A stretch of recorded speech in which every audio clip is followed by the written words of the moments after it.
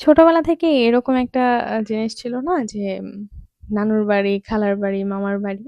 তো আসলে আমার যেহেতু মামা নেই, আজকে আমি চলে আসলাম আমার খালার বাড়িতে। তো খালার বাড়িতে এসে হঠাৎ করে ওরা বলছে যে আজকে আমরা বিফ স্টেক করব। আমি তো শুনে অবাক, কি বলে? যেহেতু কিছুদিন আগে কুরবানি ছিল, তো তখন আমার কাজিন বললো যে আজকে বিফ স্টেক বানাচ্ছি, তুইও থাক, দেখ আমরা কিভাবে কি করি। তো আমি পরে দেখছিলাম আর ভাবলাম যে আপনাদের সাথেও শেয়ার করি।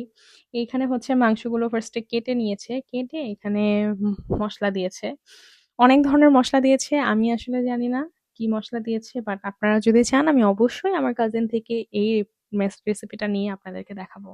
তো ভালো মতো করে মশলাগুলো মাখিয়ে এবং এটাকে একদম মানে কাঁটা চামচ দিয়ে খেঁচে, খেঁচে বলে আর কি, একদম গোতা গোতা দিয়ে দিয়ে এটা করে নিচ্ছিল।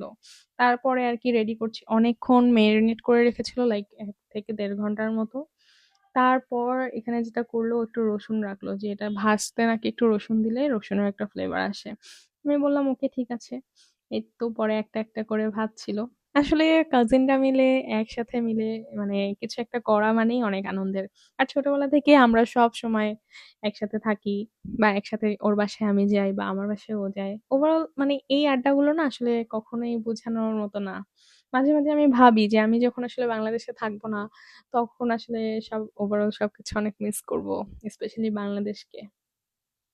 এই ছোট ছোট গল্পগুলো, আগে তো একসাথে রাত জেগে সারা রাত গল্প করা, রাতে কোনো একটা কিছু নিয়ে পার্টি করা, এইসব জিনিসগুলোর সাথে না সবাই রিলেট করতে পারবে যে মামার বাড়ি, খালার বাড়ি বা নানার বাড়িতে গিয়ে তখন কি হয়, সবাই মিলে খাবার দাবার কিনে লেট লেট নাইট গসিপ, এবং রাত্রে জেগে মুভি দেখা বা গান শোনা, নাচানাচি করা, আরো যে কত কি করতাম।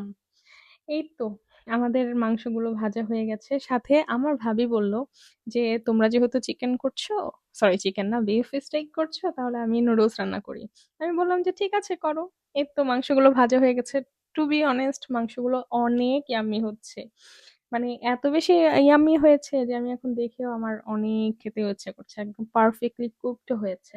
আর সেই সাথে বললো আমার ভাবি যে নাগা নুডলস রান্না করবে, আর সাথে ডিম পোচ, আর এখানে হচ্ছে বিফ স্টেক।